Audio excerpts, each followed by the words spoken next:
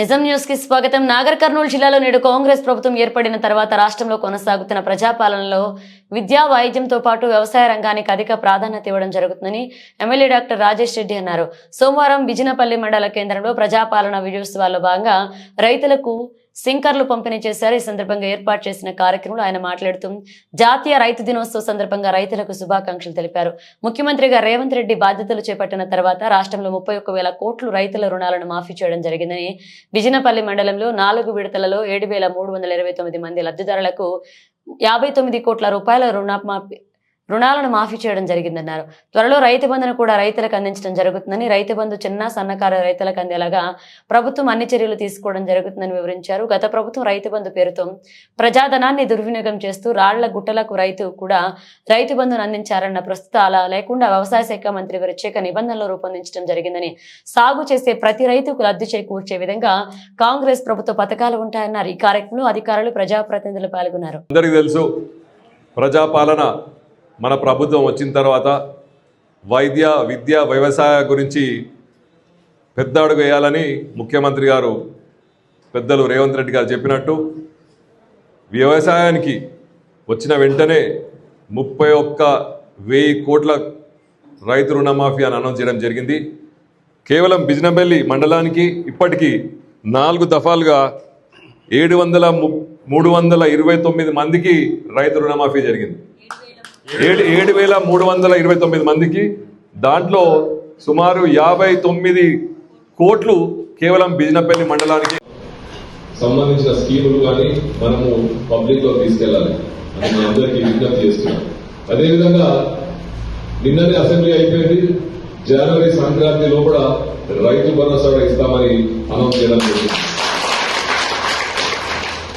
నేను కూడా రైతు భరోసా గురించి మాట్లాడదామని నాకు ఛాన్స్ నా పేరు ఉండేది అసెంబ్లీలో, కానీ మొన్న అల్లు అర్జున్ది మొత్తం ఆ ప్రోగ్రామ్ లేట్ చేయడం వలన నాకు నెక్స్ట్ నేను మాట్లాడాల్సిందే రైతు భరోసా. నేను చెప్దాం అనుకున్నా, తప్పకుండా చిన్న కారు రైతైనా పెద్ద కారైనా రైతే ప్రతి ఒక్క రైతుకు లబ్ధి చెందాల్సిందే రైతు భరోసా అని నేను ఆ రోజు చెప్దామనుకున్నా అసెంబ్లీలో, కానీ నాకు అవకాశం రాలేదు. కాబట్టి వాళ్ళు కూడా అంటే 10 ఎకరాలకు ఇస్తారా, 15 ఎకరాలు ఇస్తారా, కానీ సాగు చేసిన ప్రతి ఒక్క రైతుకు లబ్ధి చెందే విధంగా చేద్దామని మన వ్యవసాయ శాఖ మంత్రి వర్యులు హామీ ఇవ్వడం జరిగింది. కాబట్టి ప్రతి ఒక్క రైతు కూడా అంటే పోయిన ప్రభుత్వంలో ఎలా అయితే రోడ్లకు, ప్లాట్లకు, గుట్టలకు, మెట్టలకు ప్రతి ఒక్క దానికి అనవసరంగా 21,000 కోట్లు నాశనం చేసింది. మనకు ప్రభుత్వం వచ్చిన తర్వాత మా అందరికీ ఇవ్వడం జరిగింది పత్రము. 21,000 కోట్లు అంటే ఎంతమంది రైతులు లబ్ధి పొందేవారు మీరు ఆలోచించండి. అసలు సాగు చేసే రైతులకు అంత వేస్ట్ చేయడం జరిగింది పోయిన ప్రభుత్వంలో. ఈ ప్రభుత్వంలో రాళ్లకు, కుట్టలకు, ప్లాట్లకు, పూర్వమోగు భూములకు, లేకపోతే గుడి భూములకు ఇటువంటి దాంట్లో కాకుండా కేవలం ఏదైతే కష్టపడ్డ రైతు ఉండడో, సాగు చేసే రైతు ఉండడో వారికి మాత్రమే రైతు భరోసా చెందుతుంది. కరెక్ట్.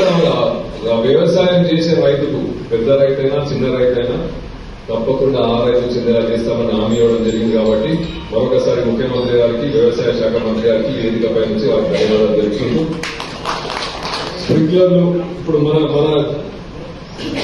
56 మందికి వచ్చినాయి ఫస్ట్ ఫేజ్ లో. మళ్ళీ కొత్తవి వస్తున్నాయి. మళ్ళీ మీరు ముందరపై ఇవ్వండి. ఎవరైతే లబ్ధి పొందుతారో, ఎవరైతే రైతు సాగు చేస్తున్నారో వాళ్ళకే లబ్ధి చెందేలా అధికారులకు ఆదేశిస్తున్నాం. అదేవిధంగా ఎటువంటి స్ప్రింక్లర్లైనా ఎటువంటి వచ్చిన డిపార్ట్మెంట్ నుంచి తప్పకుండా అధికారుల ద్వారానే, నా ద్వారానే పోవాలి. ఎవరైనా డైరెక్ట్ ఇవ్వద్దని నేను సూచన చేస్తున్నాను. అధికారులు సీరియస్ తీసుకున్నాను. ఎవరింటికి వాళ్ళింటికి డైరెక్ట్ ఇవ్వడం మాత్రం పద్ధతి కాదు. తప్పకుండా మీ దగ్గర కావాలి.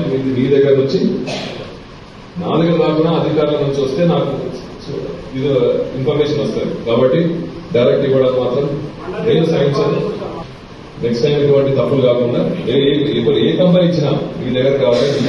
లిస్ట్ ఉంది కానీ వాళ్ళ ఇద్దరికి ఎట్లా కోర్టు కదా, తప్పకుండా మీ ద్వారా పోవాలని చెప్తున్నారు. ఈ అవకాశం ఇచ్చిన మీ అందరికీ రైతులకు ప్రతి ఒక్కరికి పేరు ధన్యవాదాలు.